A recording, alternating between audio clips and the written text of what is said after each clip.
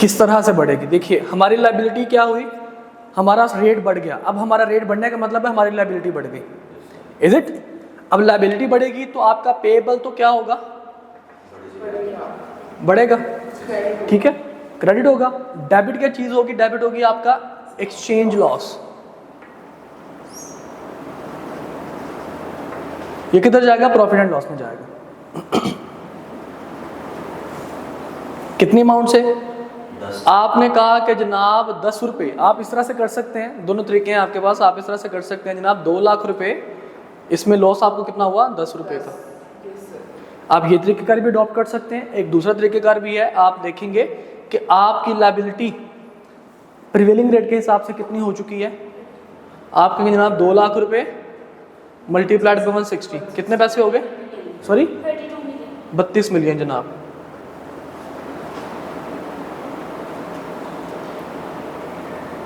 $32 million. अब 32 million आप recording करेंगे, ठीक है, अपनी लायबिलिटी को, और इस 32 मिलियन में से आप क्या करोगे? माइनस कर दोगे 30 मिलियन को, जो आपने पहले रिकॉर्ड किया हुआ है, ठीक है। तो डिफरेंस किधर जाएगा? आपके पास 2 मिलियन का, ठीक है जी। तो दोनों तरीके का आपके ठीक है, दोनों तरीके से आप क्या कर सकते हैं? इसकी रिकॉर्डिंग कर सकते हैं, आपकी मर्जी है। क्लियर? और ये जो आपके पास 31 दिसंबर को जो रिसीवेबल था, ये क्या हो जाएगा? अब आपका एसेट बढ़ रहा है, रिसीवेबल आपका बढ़ रहा है, ठीक है। तो रिसीवेबल ज्यादा होगा और एक्सचेंज गेन जो है वो प्रॉफिट एंड लॉस में जाएगा। कितने से? 150,000 मल्टीप्लाइड बाय 10 से, 5 से, सॉरी 5 से। तो कितना हो जाएगा जनाब? 750,000 जी।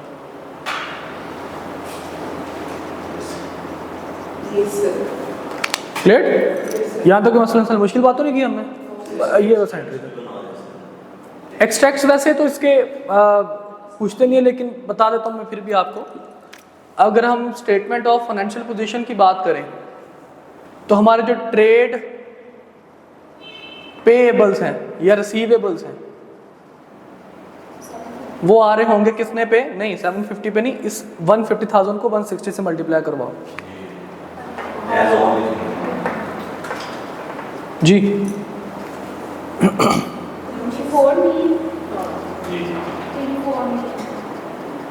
और अगर हम इसको और दूसरा पेएबल अगर हम बात करते हैं ट्रेड पेएबल की, तो वो आएगा जनाब कितने पे? 32 मिलियन पे। ओके, ये दो आइटम्स यहाँ पे शो होंगी। और अगर मैं बनाता हूँ इसको statement of other comprehensive profit and loss, PP भी आएगा, वो आप उसको भी रिकॉर्ड कर लें।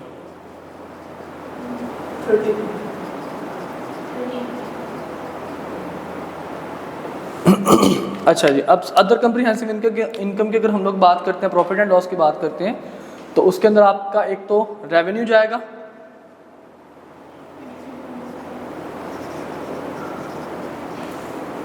ठीक है, और दूसरा जनाब आपके पास आएगा गेन आएगा, एक्सचेंज गेन। एक्सचेंज गेन है जनाब 750,000 का, और एक्सचेंज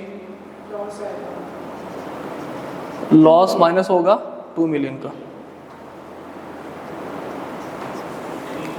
ओके अच्छा जी, अब हम थोड़ा सा जरा आगे चलते हैं। अब हम बात करते हैं इंटरेस्ट की। इंटरेस्ट के बाद इंशाल्लाह हम एक क्वेश्चन करेंगे जिसमें हम लोग बात कर रहे होंगे हमारे एडवांस का, ठीक है। ये 3 और एक लास्ट में हमारे पास एक क्वेश्चन होगा IS 41 जिसको हम लोग एग्रीकल्चर इनकम कहा करते थे। अब फटाफट जरा एग्जांपल नंबर 14 देख लीजिए। कहते हैं जनाब आपके पास या बल्कि इसको भी छोड़ें, इस एग्जांपल को ये आप कर लीजिएगा खुद ही। इसमें सिर्फ एवरेज रेट की इसने तस्करा किया हुआ है। सेम क्वेश्चन है जैसा भी हमने कहा, लेकिन सारे का सारा क्या है? एवरेज रेट का इसमें तस्करा है।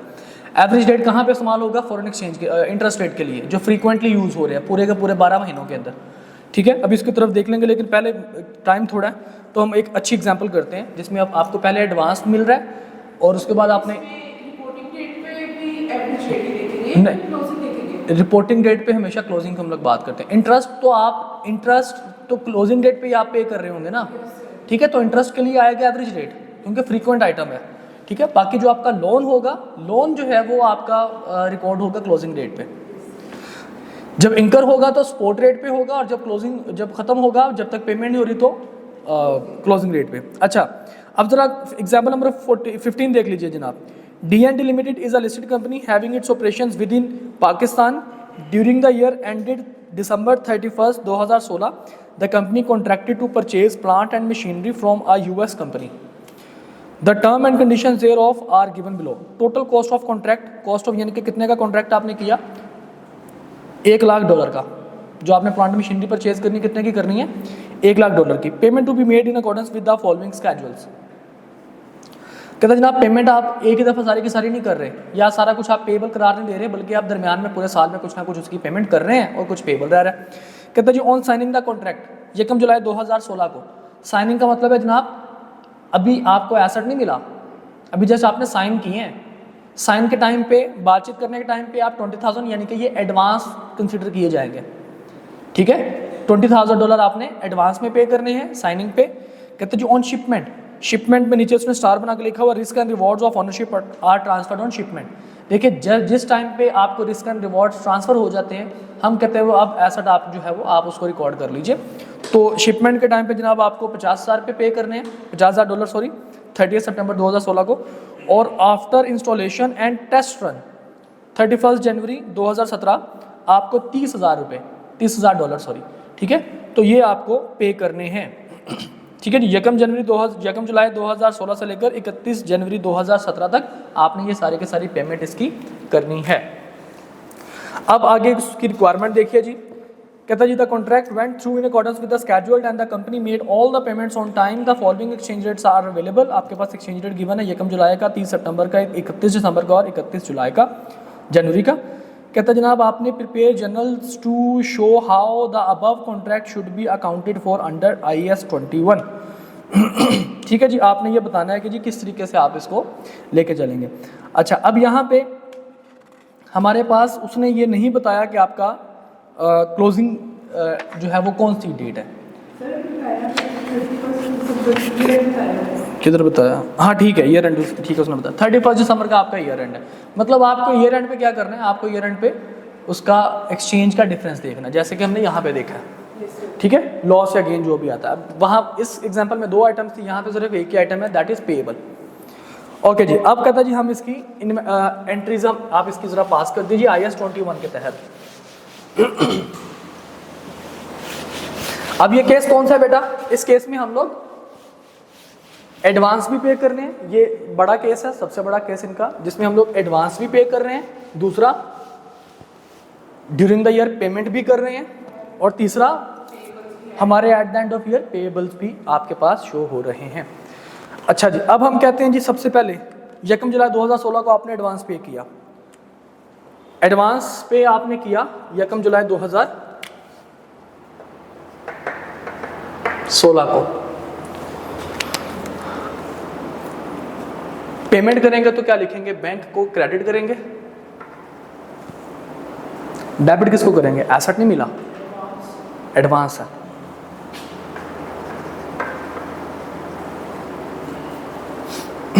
हाँ जी भाई, कितने का, $20,000। इसको मल्टीप्लाई करवाइए किस रेट पे, क्या रेट था उस टाइम डॉलर का, 160.5। जी भाई साहब 3. ले जी 32,10,000 रुपए। इसके बाद उसने कहा जनाब शिपमेंट के टाइम पे आपने पेमेंट करनी है, और शिपमेंट आपकी कब हुई है, 30 सितंबर 2016। अब एसेट अभी तक आपके कंट्रोल में नहीं है, सिर्फ रिस्क एंड रिवॉर्ड्स आपको ट्रांसफर हुए हैं, अभी रेडी फॉर यूज़ नहीं है, तो आप उसको अपनी प्रॉपर्टी प्लांट एंड इक्विपमेंट का हिस्सा ये तो कह सकते हैं कि मेरे पास अपना रिस्क एंड रिवॉर्ड्स मुझे ट्रांसफ़र हो गए, लिखेंगे तो प्रॉपर्टी प्लांट एंड इक्विपमेंट, लेकिन हम क्या कहेंगे अभी तक हमारे लिए ये रेडी फॉर यूज़ नहीं है, ठीक है। तो जब रेडी फॉर यूज़ नहीं है तो हम इसको वर्क इन प्रोसेस का भी नाम दे सकते हैं, अभी ट्रांजिशन में है तो हम इनको इन ट्रांजिट भी कह सकते हैं, property plant and equipment in transit, क्योंकि अभी आपको रिसीव नहीं हुआ, ठीक है। तो इन ट्रांजिट देखिए जी किस डेट पे,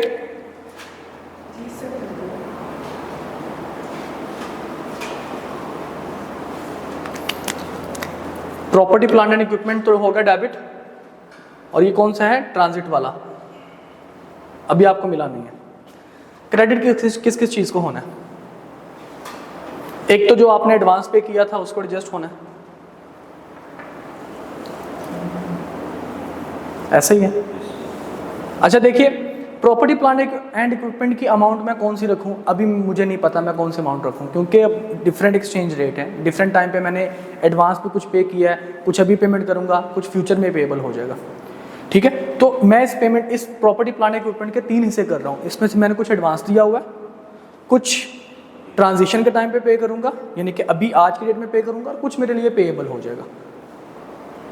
ऐसी बात है ना, 20,000 तो मैंने पहले दिया हुआ था, 50,000 ट्रांजिट के टाइम पे दूंगा, और 30,000 मैं पेएबल है मेरे लिए, जो कि मैंने आगे चलकर देना है, कब, 31 जनवरी 2017 को जाकर मैंने पे करना है, तो मेरे लिए वो पेएबल है, ठीक है।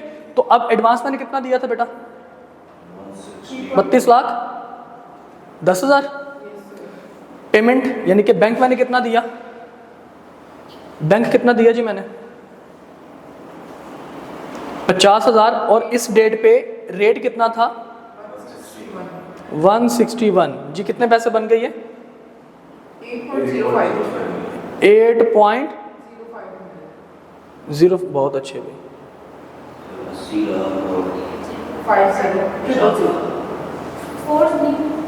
इतना ही आएगा 80,50,000, ठीक है जी।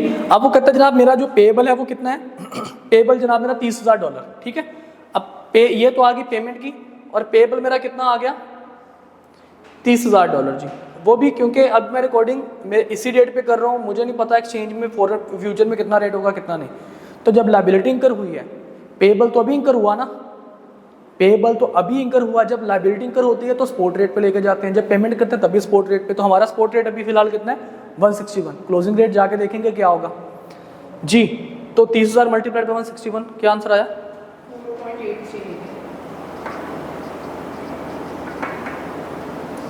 तो बैंक इतने से आ गया, पेएबल जो है वो कितने से आ गया जनाब 4830,000, तीनों को ऐड कर दीजिए, मेरा property plant and equipment record हो जाएगा।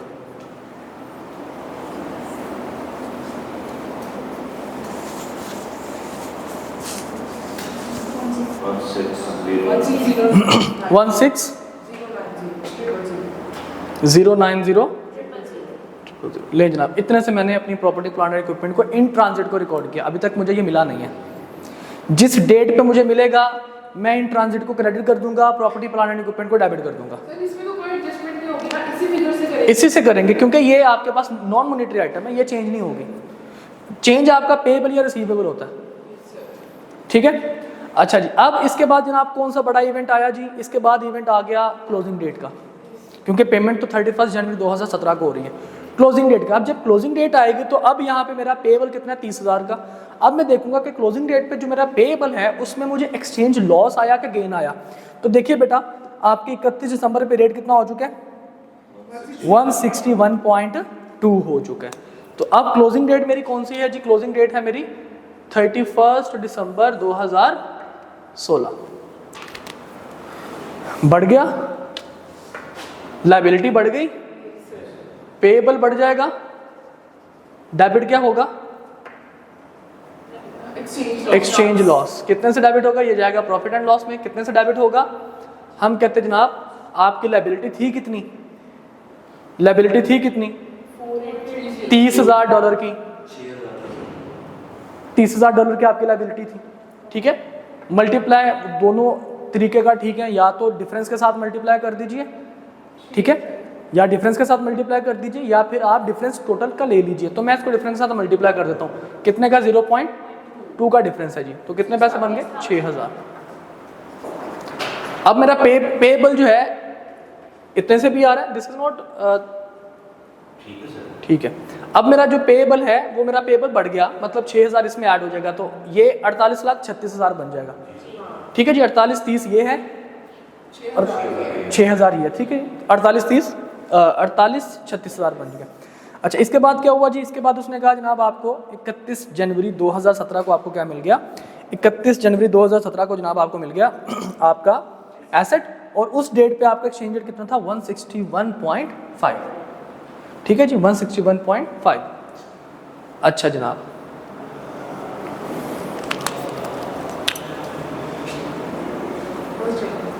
नहीं 31 जनवरी 2017।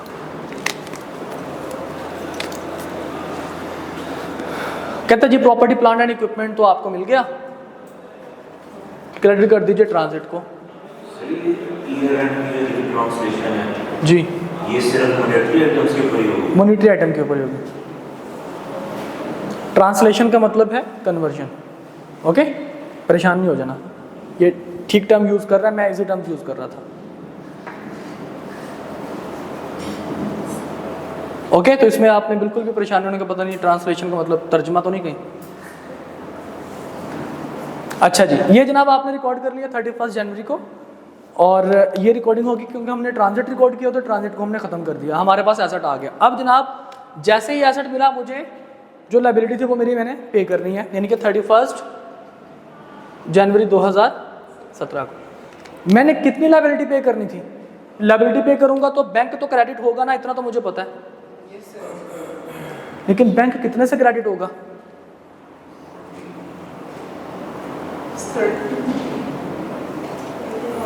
मैंने कहा जनाब $30,000 मैंने पे करना था, और 161.5 इतनी मैंने पेमेंट करनी है। जी बताइए।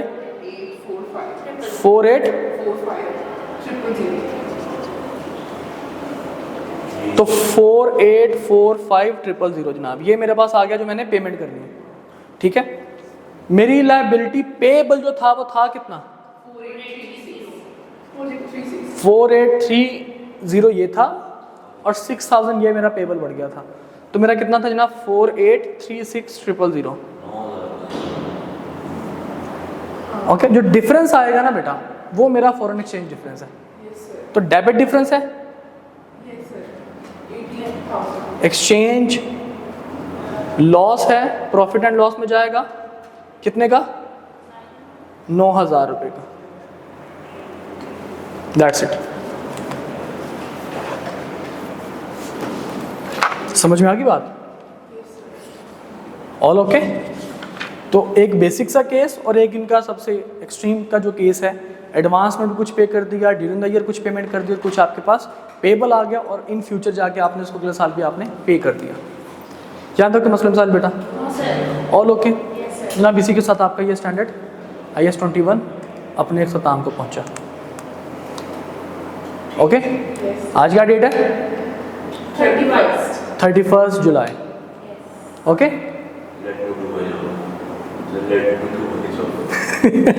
Yes, let me do my job. जी जी जी, बंद कर दें इसको।